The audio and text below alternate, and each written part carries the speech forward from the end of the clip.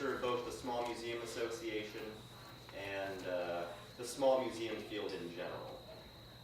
I'm Mike DiPaolo. I'm the immediate past president of the Small Museum Association, and by that position I'm also the chairperson for the Emeritus Committee. So I have the lovely honor and privilege of trying to keep these fine folks and a few others in line and up to date about what the organization is doing and gather their feedback about where they think small museums are going. I was president of the Small Museum Association for 3 years, and previous to that I was on the board. I was the conference chair and had a variety of positions on the conference committee. So, and I also work in Lewis, Delaware, the Small Museum of the Lewis Historical Society. And I'd like to just take a brief moment to introduce everybody. And then what we're going to do is go across the room here with members of the Emeritus Committee and share briefly for a few minutes some thoughts we have about where small museums have been and where we're going. And then what we'd like to do is open it up for dialogue and discussion and questions and amongst each other and amongst the assembled group. So with that, starting with on your left, Ann Korzaneski from the Colvin Run Mill Historic Site in Virginia. She has been co-president of the Small Museum Association and a board member and on the conference committee and a variety of positions, as we all do in all organizations. Next is Mike Leister at the Air Mobility Command Museum in Dover, Delaware. And Mike served as president and a co-president at one point in time, and as conference chair and hotel liaison and a variety of other roles with the committee. Miss Pam Williams with the City of Bowie Museums over in Maryland, and where she has had, I know you're currently the director. What was your previous title, Pam? Assistant director. Assistant director. There we go. Assistant director. And Miss Pam's been on she was an ex officio member of the board, and she was in charge of the silent auction for a number of years on the conference committee, in addition to a variety of I was the mistress of merriment. the Mistress of Merriment, yes. Over the years, it was Gypsies, Tramps, and Thieves. I remember that quite well. I think Mike and Pam were also involved, and tried a couple others, in our move, in the Small Museum Association's move to here, to this facility for the conference from previous location in Ocean City. Jeff Buchheit is the next in line here. Jeff is currently the director of the Baltimore National Heritage Area. Is that correct? Correct title of the organization. Previous to that, the National Heritage Area was part of the City of Baltimore, right? Officially. And before that, you were with AAM. And before that, he was, excuse me, with the Historical Electronics Museum. Is that Linthicum. That's where I'll be sitting. And then next to me is Ken Hickman. Ken is currently the director of the Penn State, and Jeff is also president of SMA, and he was also a winner of the Small Museum Association Award previously, as was Mike Leister. But Ken Hickman, past president of the organization, conference chair, and currently the director of the Penn State's All Sports Museum, and before that he was the curator of the USS Constellation in Baltimore, which is now Historic Ships in Baltimore. And finally, last but not least, is the wonderful Tiffany Davis, who is the curator of the College Park Aviation Museum. Prior to that, she was at the Historical Electronics Museum. Prior to that, she was with Miss Pammy over at the City of Bowie Museums. So that's where we're coming from. Tiffany served on the conference committee and for the organization for a number of years as well. So all told, there's probably how many years of SMA experience here? Probably at least 100. I would assume. I know you said you could say bad words, but I won't say what load it is, but it's that kind of load of years. More degrees on the thermometer and more mileage than a 71 Oldsmobile. So I just want to get things started. Again, we'll go down the line here and share just for a couple minutes some of the things that we have noticed and from our time here at the association and working in small museums. I remember my first conference here was 2002. I think that was the first year I was in this facility. and I didn't know that at the time. I was just coming to the conference. I was a scholarship winner, and along with Ken that year, we like to say that was the best crop of scholarship winners I had. And what I've noticed from that point in time, so that's 12 years ago, to now, is the professionalization of the field. You know, there's so many more graduates in museum studies programs. There's so many more well-trained volunteers. SMA, I guess, you know, when it started back in 1984, was about increasing the professional knowledge of the organization, but just really seeing the, also the, I think coupled with that is the sort of the youth associated with small museum staff. You could say that with expanding graduate programs, but there's no doubt that it is you know, a much younger demographic that's here at SMA now than when I started. I think everybody, and it's not just because I'm getting older too, but I think it's, but I think there's a lot more. And I remember, you know, 2 or 3 years ago too, I mean, there were a lot of graduate students here, first time out of college, folks who really, you know, are making an impact on the field and who are accepted in the field too. And you could see that with small museums, I think, just kind of growing up, acknowledging that they need a paid staff person. And even just in the brief time that I've been here, 12 years, I've noticed that change myself. So with that, I'm going to turn it over to Anne for some of her perspective. I'm going to give you the flip side because I agree. I've been coming here since 1998. I think John Merrill made me come. And it's a wonderful organization, and there's been a lot of professionalization. And I work for the Fairfax County Park Authority in Virginia. And when I first started there, we had 2 what we call merit staff, full-time benefit staff, and a lot of seasonals. And over the time since I've been coming SMA, the seasonal staff was changed over to be merit staff. And then in 2008, the budget hit the fan. And we are back down now to a few merit staff and a lot of seasonals. And I agree that there's a lot of well-trained academically and hands-on, passionate, wonderful museum people without full-time regular jobs. So can we see a show of hands of who's got a full-time job with Benny's in here? Yeah, so that it's a challenge. It's a challenge. Anecdotally at work, maybe we're going to start to turn the corner. We've had a hiring freeze that's beginning to thaw a little bit. So I know that budget woes have always been difficult for small museums, but it's been a hard last few years.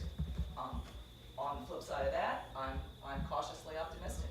And to come to the conference today and learn a bunch of new ideas and thinking outside the box things and thinking of different ways to do the business that we're all in, I think that's a wonderful thing. So I think we'll be okay in the end. And you'll get benefits one of those days. Well, all the people that aren't are down at the thing about writing your resume. Well, yeah. Don't rush next door. Yeah. Leister? I started in the museum world in 1978 as a volunteer. I started coming here in '88, before some of you were born. The same issue, funding and being relevant to your community, has always been very important. I am very encouraged by the fact that we no longer see pictures in the presentations where somebody has nailed a uniform to the wall. Or some very well-meaning folks that took the batten and board siding off of their building and replaced it with vinyl shiplap siding to improve.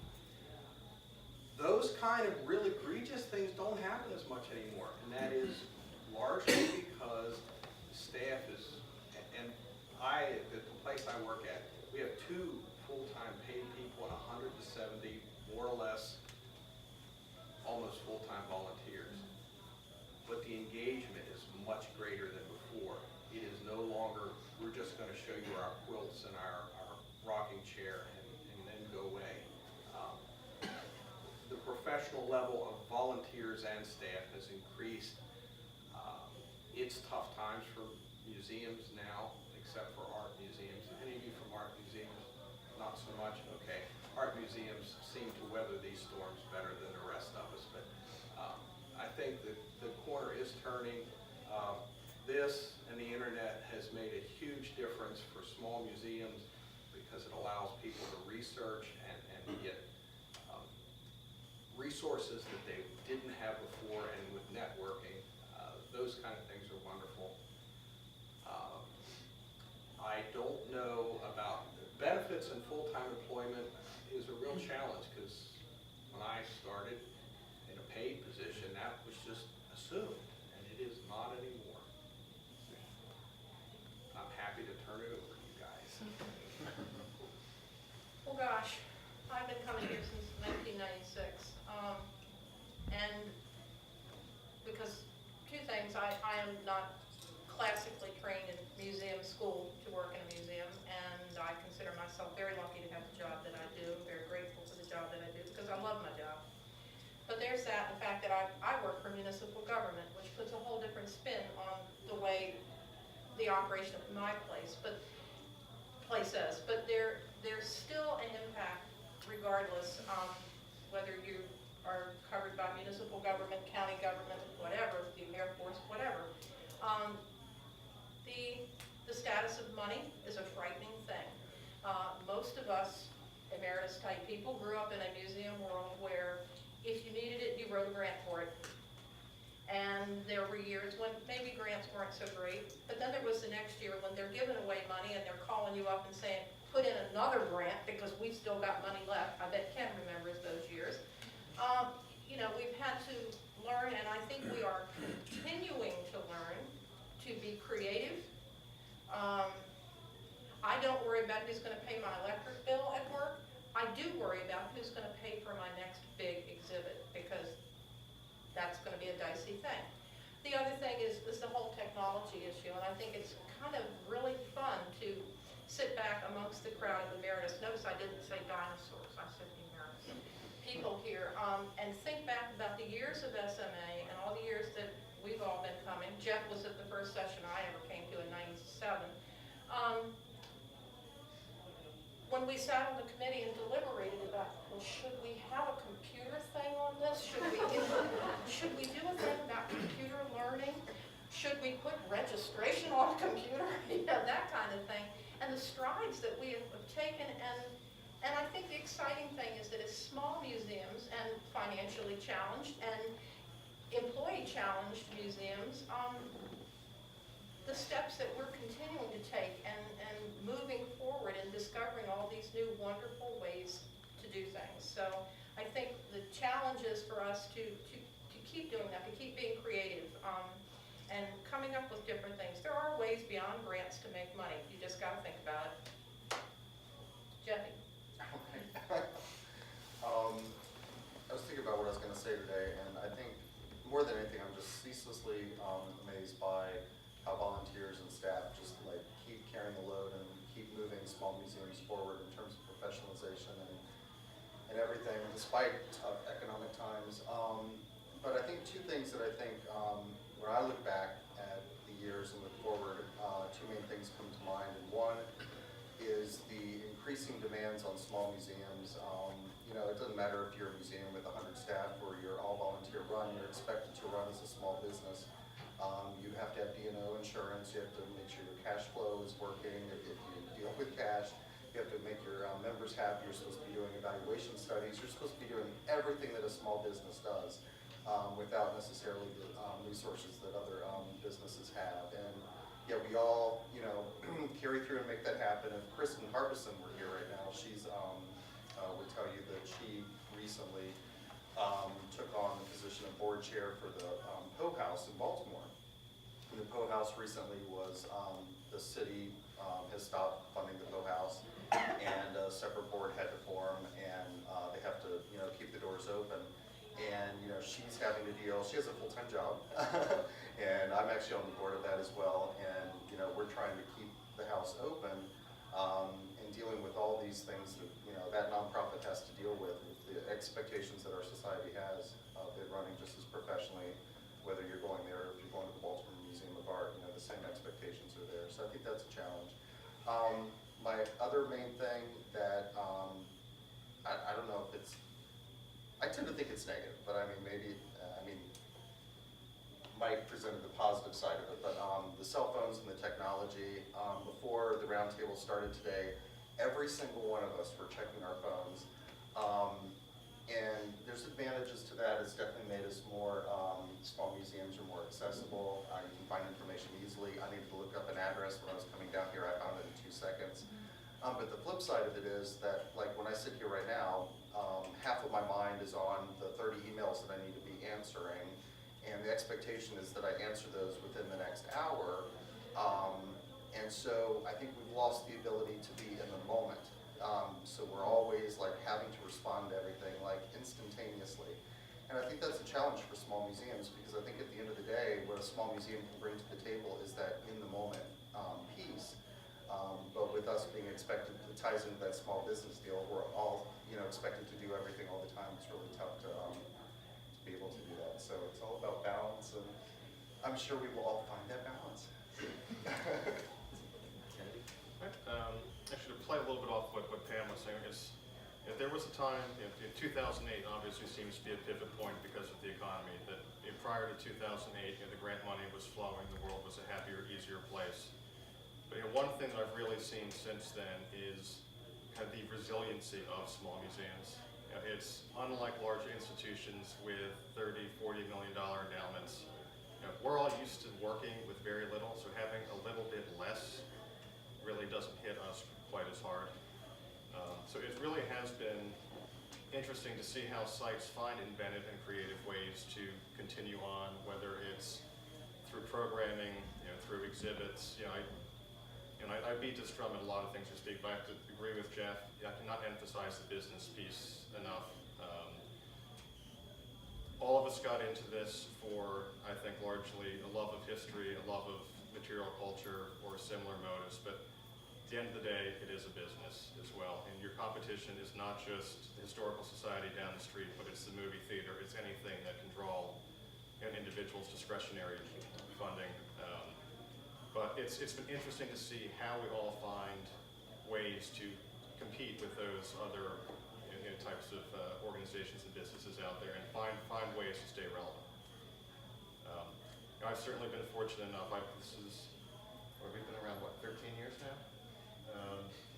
Just to see how this group has changed, and a lot of the great ideas that have come out of this group, whether it's interacting with folks in the hallway here or out of sessions as well. I think we've always tried to have a slate of sessions that will give you something you can take back with you. There's something that's implementable in the short term. It's not, theory is great, and we'll give you some theory, but we want to make sure you have some nuts and bolts as well. So, I'd like to hope that we continue to do that.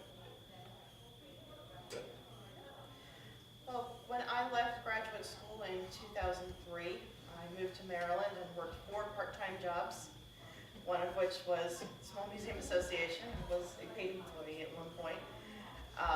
I administered a grant program that they had. I think it was like a $1,000 grant. People could use it for consultant services or to purchase Past Perfect.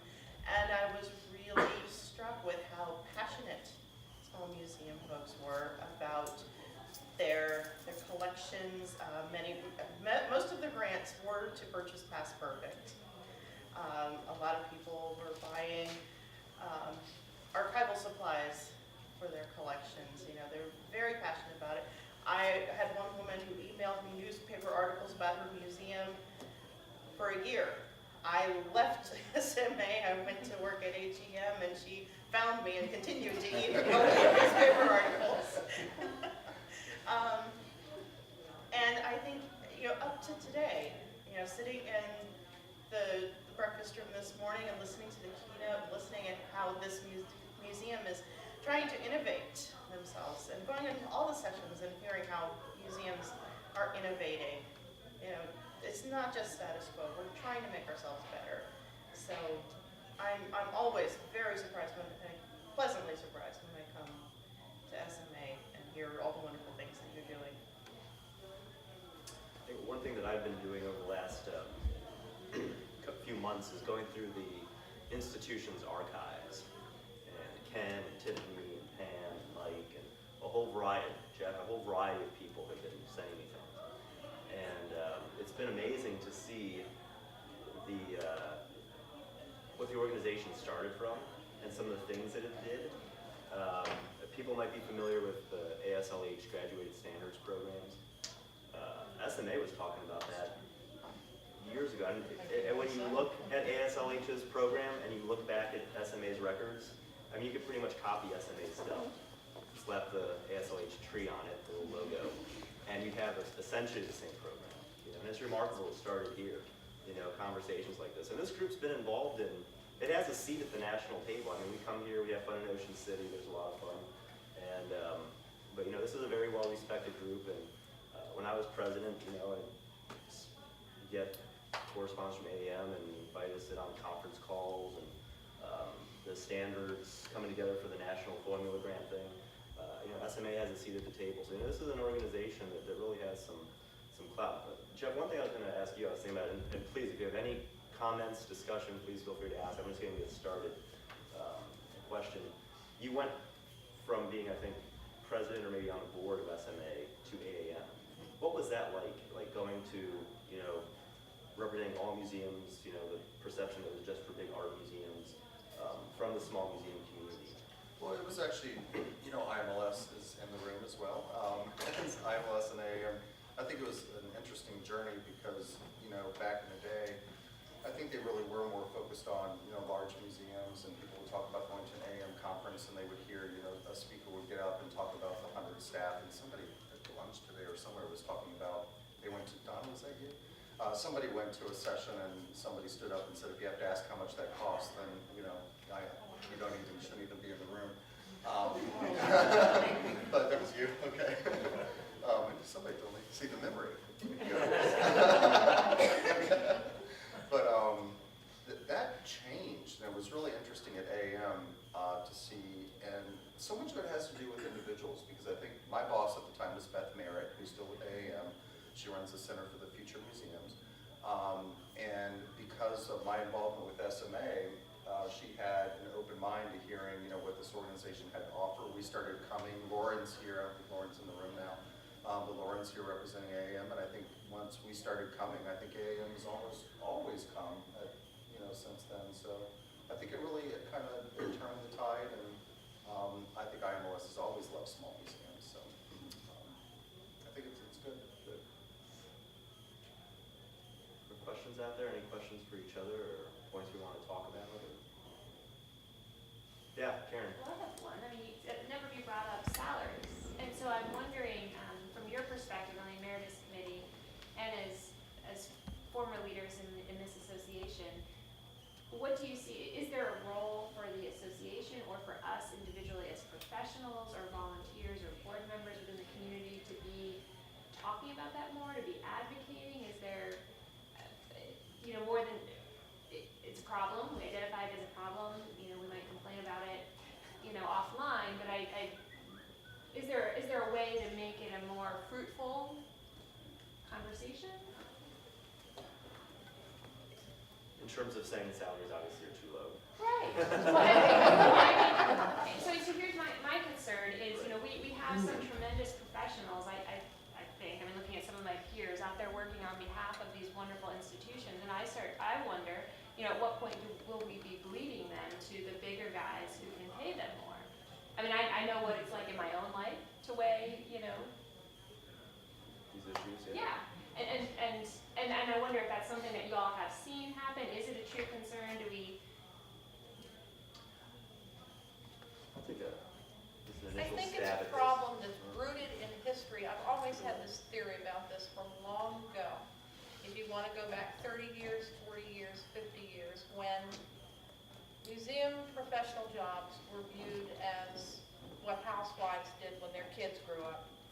And the housewife's income was a second income, and regardless of what that woman knew, didn't know, how skilled she was or how unskilled she was, it wasn't a job that had to be fairly paid.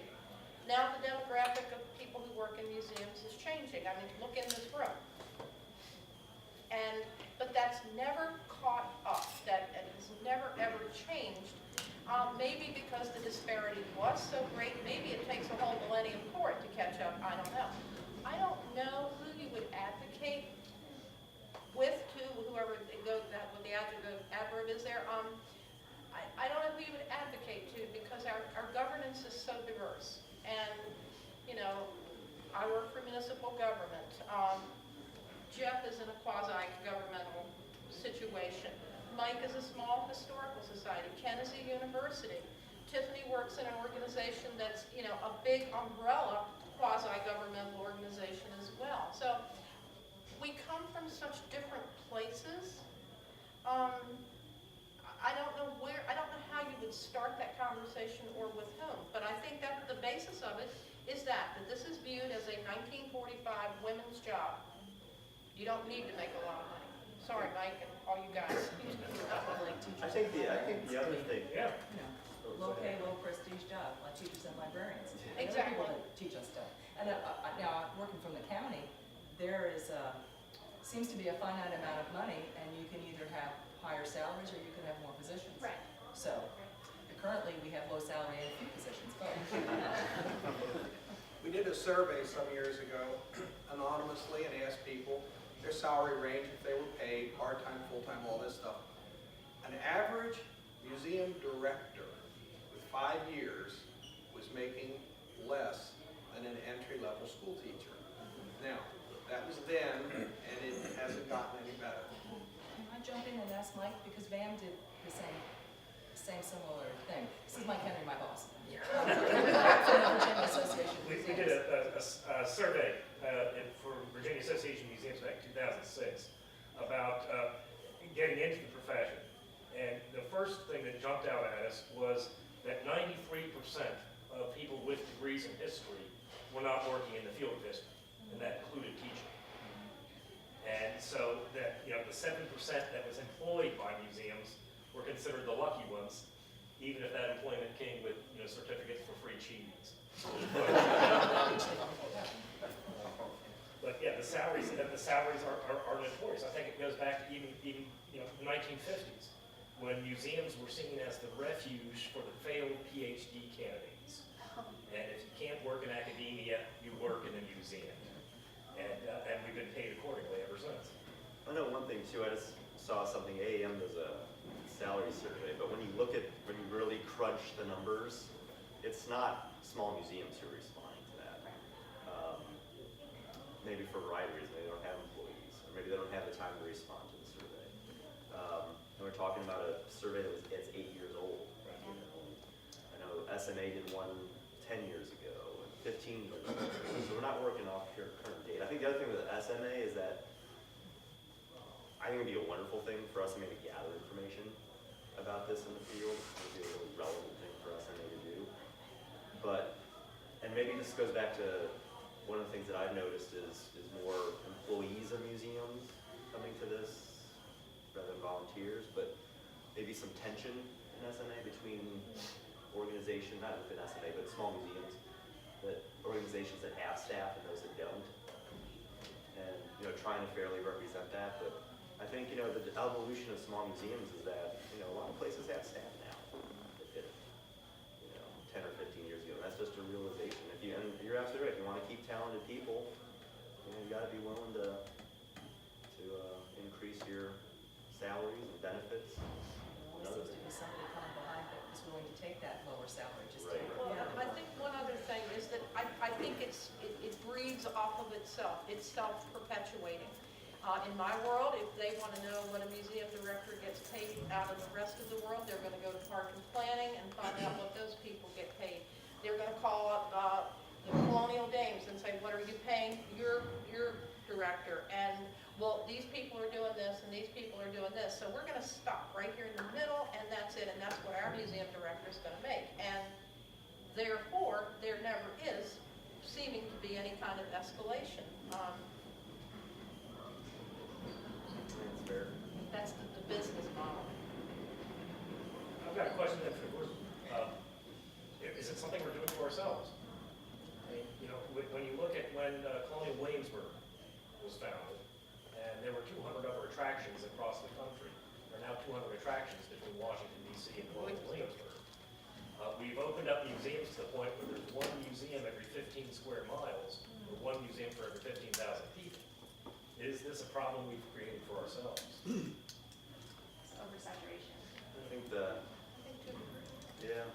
National Trust has they had a worksheet or a case study about how to gracefully close a historic house museum.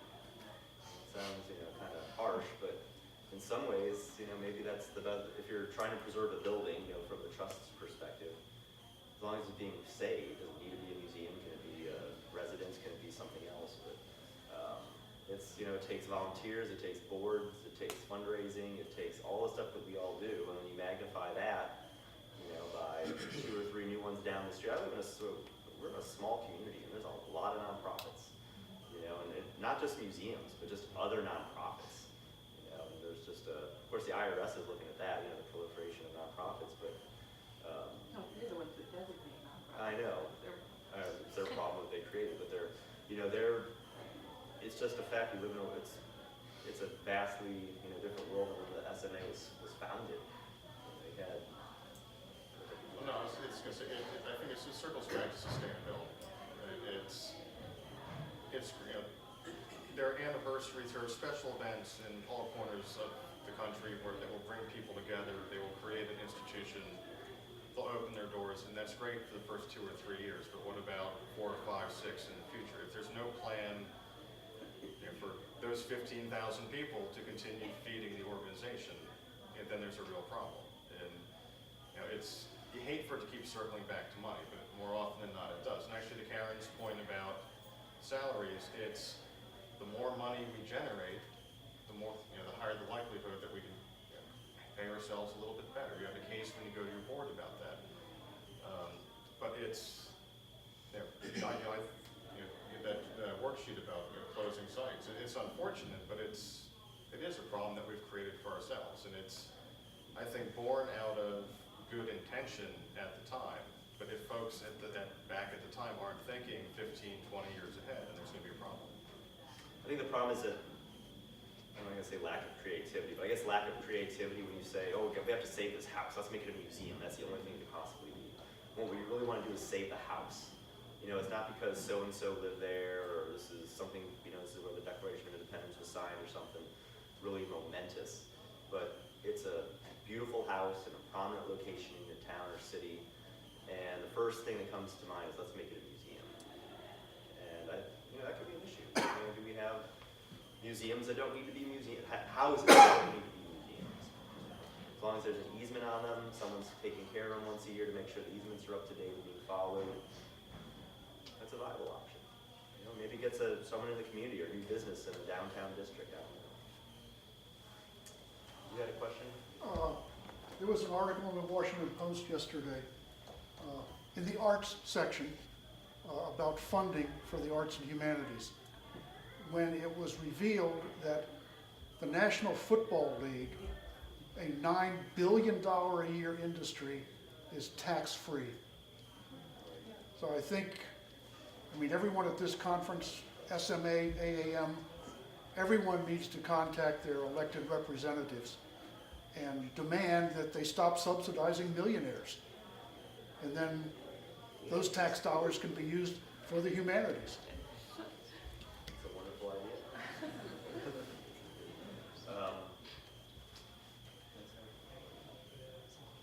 Are there any other questions or? Well, Yes. I was thinking about demographics, Pam used that word. Like about 10 years ago, we felt like if we just did a good job, we'd have more members. But we have this generation that's not joiners. Generation X, I can't remember exactly which one. They're just not joiners, and so we have to face a future where, no matter what we do, that generation isn't interested in joining cultural institutions. So we might have this real trough in terms of expecting membership. And as museums, do you feel that, and are you planning differently? I'm the only one up here from I'll just say, I work for a military museum, and military museums have been aware for some time, if you're planning your exhibits and your demographic around the World War II veteran, you're going to be closed next year because that demographic has gone away. Now, they were great supporters of military museums, but but you have to keep reinventing yourself relevantly if you want to bring in the next generation. They might not be joiners as much, but you can push your visitation and you can refocus some of your things.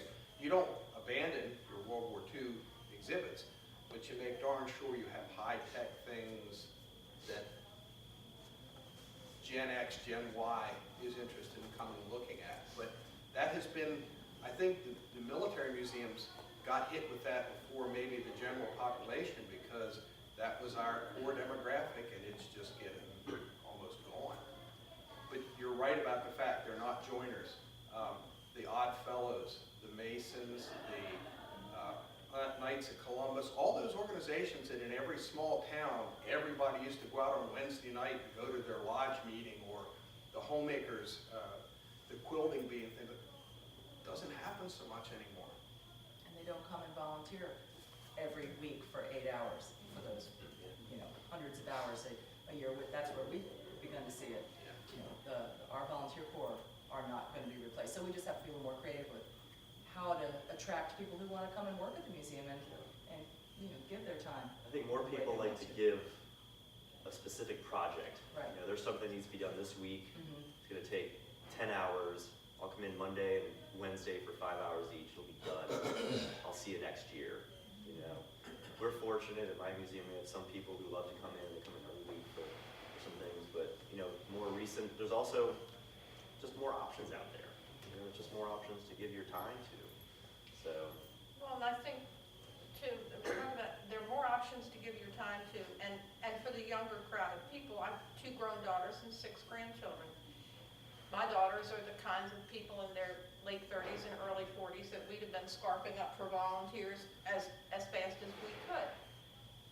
But they work all week, and their weekend time is committed. Somebody has to do the laundry. Somebody has to take the dog to the vet, and there you go. And I think, Mike's thought about a project-driven thing is a good one, because that's not saying, oh, well, Becky Davis, I want you to come and help me out every Saturday for the next 16 Saturdays. No, but if I say, Becky, will you come and help me out one Saturday for 5 hours to do this, I'm going to get that. So I think that's a good idea, Mike.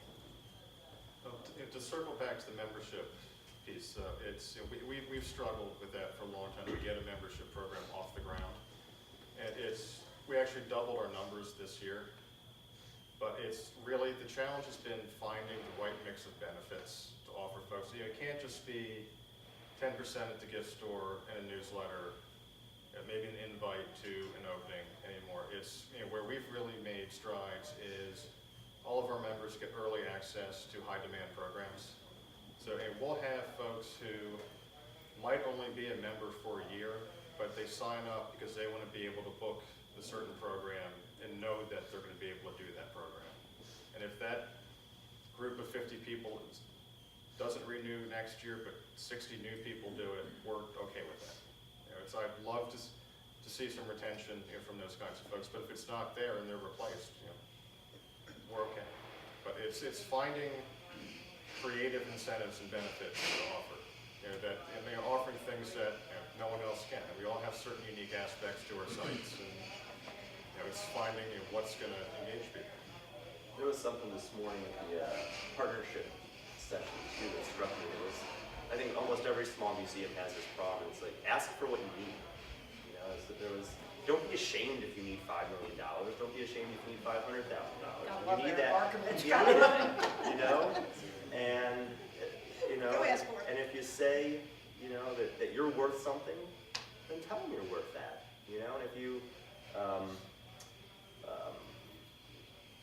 and if you have some success, if you get that $5 million, if you get that $1 million project done, let everybody know.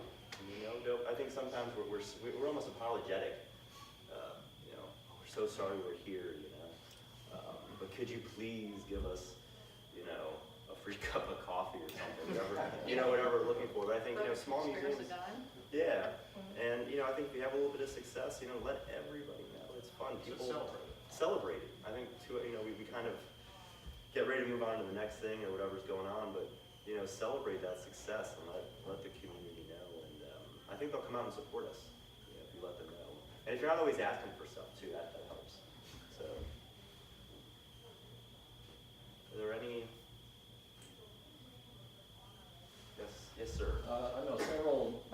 small museums where they are right now being forced to pull money out of their endowments just to kind of keep going. Any thoughts, suggestions on what to?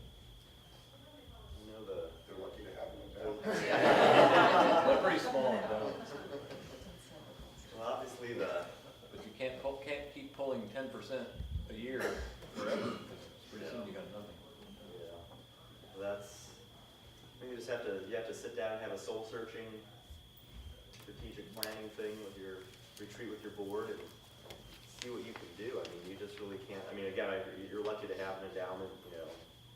If you're in the position to have, unless you have just some anonymous benefactor come through and leave you money, if you're disciplined enough to set some aside or disciplined enough to invest it when you get it, you know, that's a great thing, but you gotta sit down and look at revenue streams. And just the thing, you know, it is a business now. You know, you can't just sit back and expect people to come through, and the 10 people that do come through on a day, you know, you're happy with that. You gotta almost think entrepreneurially. You know, how can you get your, like they were saying in the partnership thing, you have assets that nobody else has. You know, whether you think of them like that or not. You have a story to tell, you have objects to share, photos to use, whatever. But you can think about revenue streams. We have an endowment, and one of the first and most important decisions we made a couple of years ago was that we would not invade the principal except for a catastrophic reason. So I think the first step, if you're going to use your endowment, is to say we're only going to use the dividends and interest. You're going to preserve the capital. And if you have the ability to do that, it's an invaluable aid for cash flow because you can fund the down periods of the society. And that's what we've done for the past couple of years. Unfortunately, the market has grown, so overall the account has gone up. But you know, you have to have a budget to start with, and you have to have the budget discipline to enforce it. That's hard.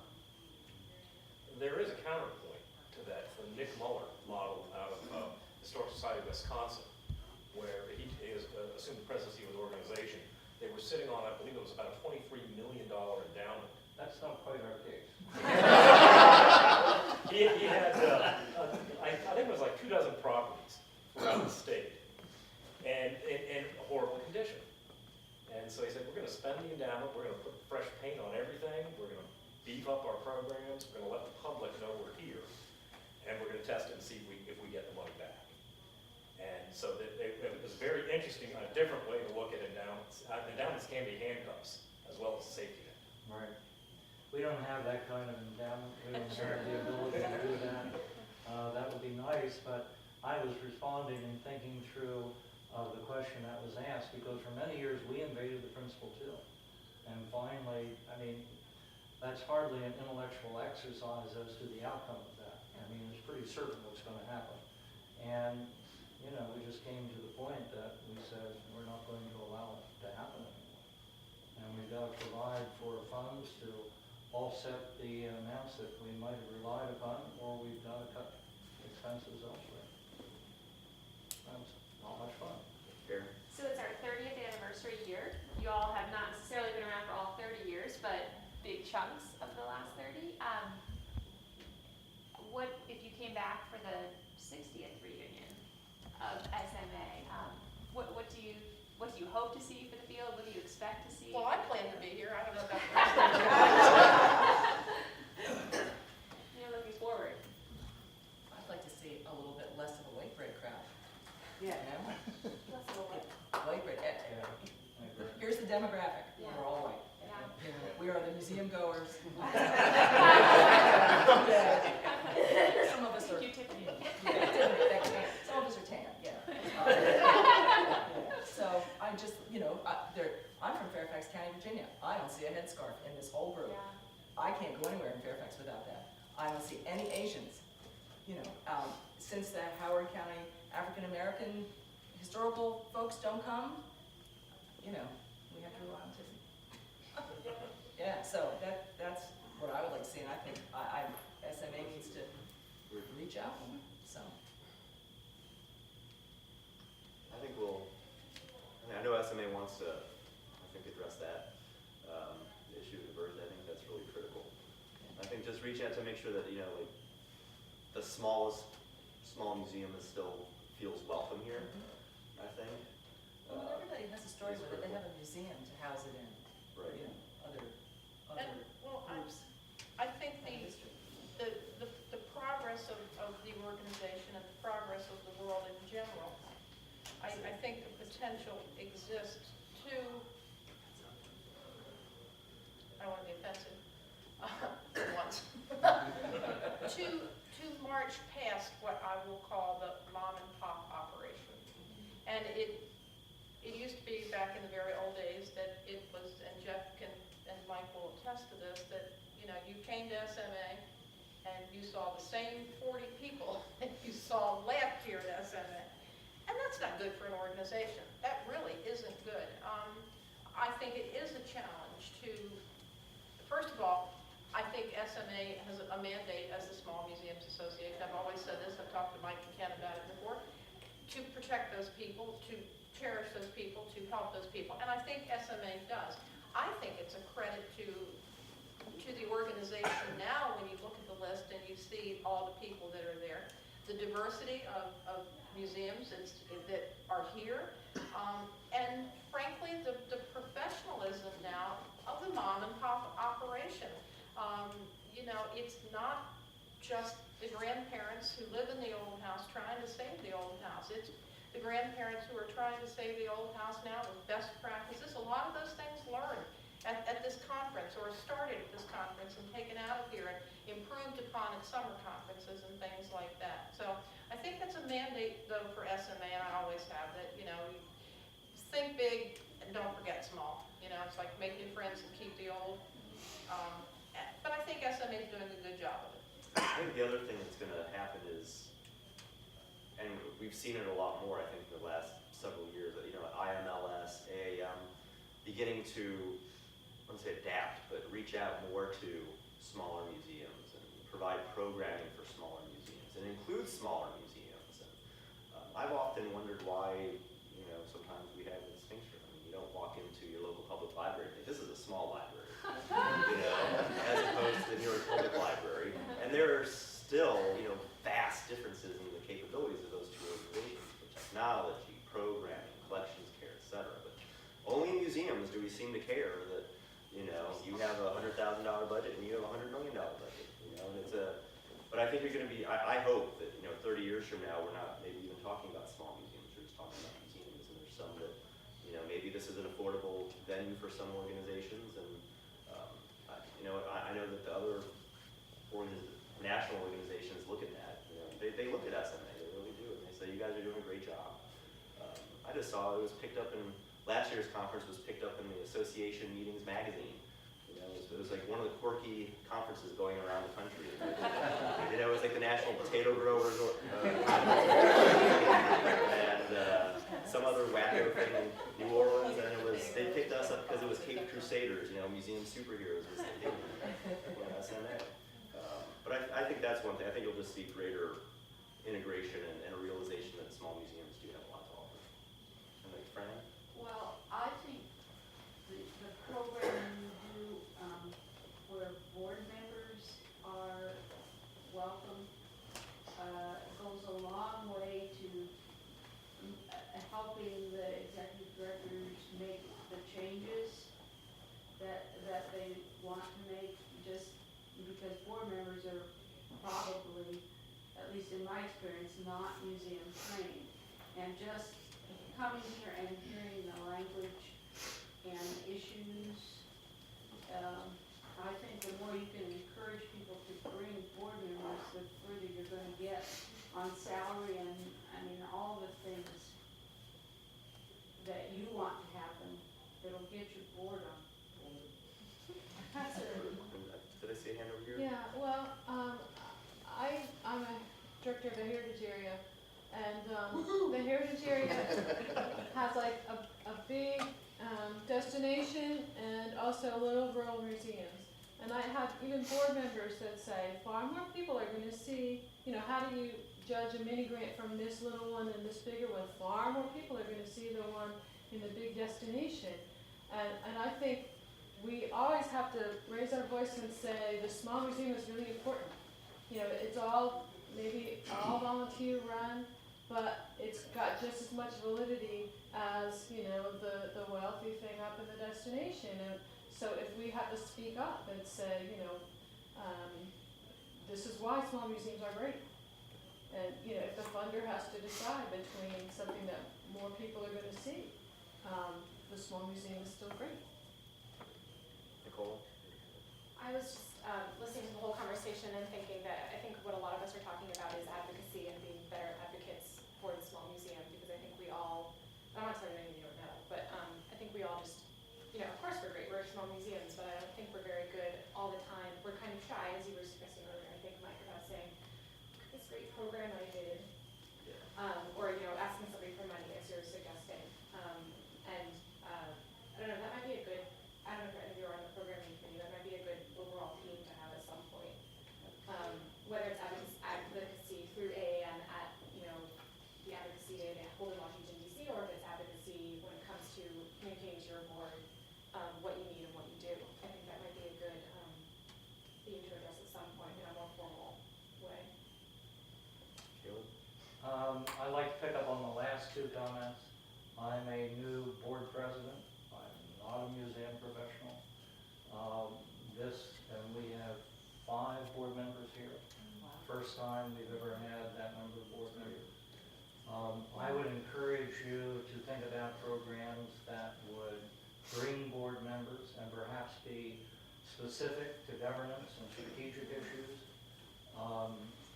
We've faced all the problems that you're talking about, and one observation that I would offer is that I don't think you can solve them by yourself. You've got to have your board on your side. You've got to have people who are as committed as you are, and who can sell your story in the community. So I would encourage you to find ways to, just like you attract professionals here, to have specific programs or workshops for board members. And take account of the fact that they're not professionals, but they do have a lot of other, you're talking about running it as a business. Well, most of us are business people. I mean, I happen to be one. But I think the two groups could really profit by working more closely together and developing strategies that would make the institution survive. So that would be a suggestion I'd have for you. I think at some point, a lot of our conversation comes down also to, do we have authority and are we relevant within our community? If we're relevant within our community, then our board will see that. For us, one of the strongest advocates for us statewide has been our State Humanities Council. Very friendly to the smaller sites and very willing to give us recognition in bigger context. But I think we have to be able to assert our own value loudly. And as we get more professional, you know, I think that that's where the distinction comes. You know, people will go to the State History Museum and expect a level of authority and, oh, well, of course, this person or this exhibit is there, but we're marginalized and we should be free or whatever. No. So I think we have to be better at advocating for ourselves, but I also think we need to establish our relevancy better. John Darrell, did you have your hand up? No, I just wanted, no, I didn't have anything to say. I always I thought I like said talk. your I would just, John is on the board of the Small Museum Association, but John is certainly one of our most esteemed members and a past award winner here at SMA. And if you don't know John Darrell, he's a great Esteemed, guy. that means old, right? That's right.